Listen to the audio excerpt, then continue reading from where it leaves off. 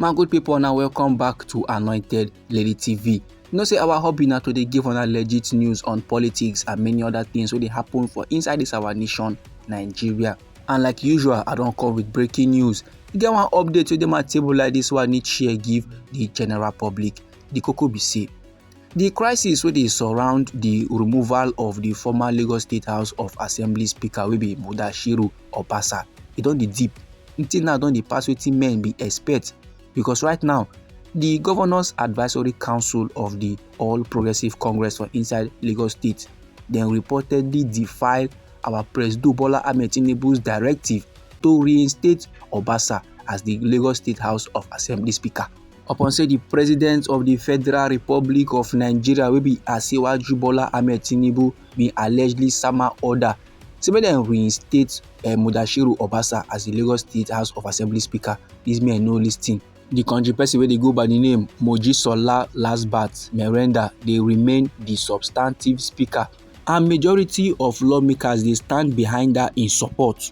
And no be lie at all, my good people. On the 13th day of January for this year 2025, 32 out of the 40 assembly members dey impeach the countryman wey dey go by the name Mudashiru Obasa in absentia over allegations of financial misappropriation, misconduct and high-handedness. Little did they know say this man removal e go spark a power struggle within the All Progressive Congress. Because like this now, key figures for inside the camp of our President Bola Ahmed Tinubu, they reportedly oppose the decision.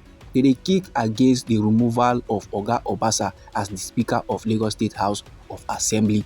But no matter the matter, my good people, members of the Lagos State House of Assembly they don formally apologize give our President Bola Ahmed Tinubu for their role in initiating the impeachment of the former Speaker wey be Mudashiru Obasa. They don go apologize give our President, say make e no vex o, make e no too para, say dem put heads together to impeach Oga Mudashiru Obasa.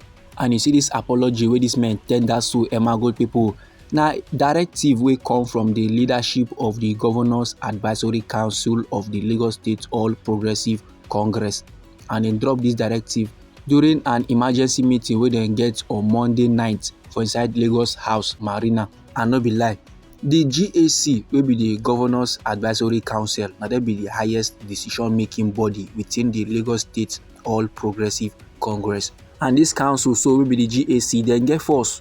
Anything wey dem yarn na dey happen. They come last convene meeting after reports come dey burst out say our President Bola Ahmed Tinubu is very much displeased with the impeachment process. Say our President no happy at all. Say they impeach Oga Obasa. Now according to information wey we receive from sources wey dey close to the meeting, our President Bola Ahmed Tinubu based on say he's not happy with the impeachment, he can't drop order, he can't drop directive. Say make the men wey impeach Oga Obasa make sure say dem reverse the impeachment and make dem put back Oga Mudashiru Obasa as the Speaker of the Lagos State House of Assembly. And reports dey ground say this meeting now by the GAC, men wey at ten d am na senior men for inside Lagos. And when I mean senior men, I'm talking about Governor Babajide Sanwo-Olu and his deputy wey be Dr. Obafemi Hamzat.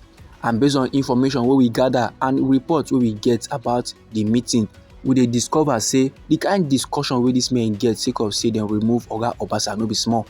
Some members of GAC wey be the Governors Advisory Council, they are expressing their dissatisfaction over the lack of consultation before the Speaker was outcasted, before Oga Obasa was removed. So in response to the directive of our President Bola Ahmed Tinubu, and the directive now for the men now to reinstate Oga Obasa back as Speaker of the Lagos State House of Assembly, the lawmakers now were instructed to write 2 apology letters to go give our President Bola Ahmed Tinubu.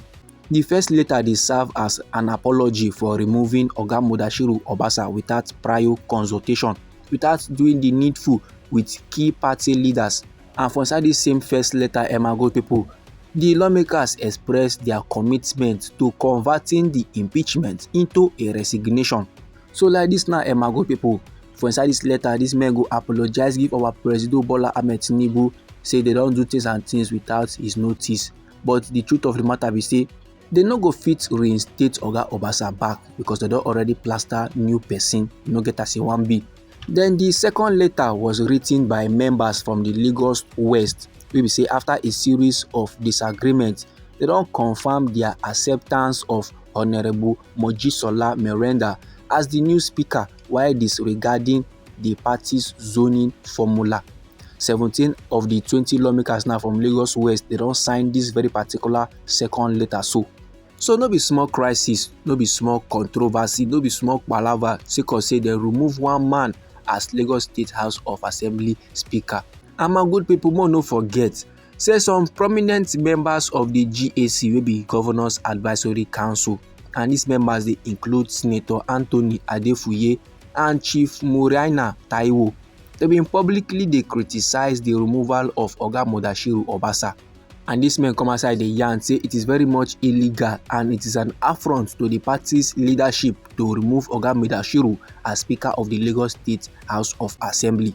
But however, my good people, Senator Musiliu Obanikoro sharply dismissed their opposition, and he na come dey urge the party leaders make dem comot body from making public statements about the matter because the thing go fuel the crisis. And we come later dey get informate from legit sources say the reason why our President Bola Ahmed Tinubu bin drop directive say make dem reinstate Oga Obasa na sake of say he wan stabilize the party, im dey avoid political turmoil for inside Lagos State. He no want make wahala dey at all. And right now, my good people, one senior Lagos politician say don even confirm am say our President Bola Ahmed Tinubu make am very much clear say Oga Obasa go remain in office just for the meantime, and with the understanding say he go eventually resign on his own terms. But despite our President Bola Ahmed Tinubu's intervention, some factors wey dey for inside the Lagos State All Progressive Congress, they are still very much resistant. They no want make Oga Obasa return to Lagos State House of Assembly. Even the current Lagos State Governor wey be Sanwo-Olu himself dey feel uncomfortable with the decision of our President Bola Ahmed Tinubu. He no like the directive wey our president drop concerning the matter, and himself dey use style dey show am publicly say he no dey in support of Oga Obasa return to the Lagos State House of Assembly. He no dey in support of the man reinstatement as Speaker.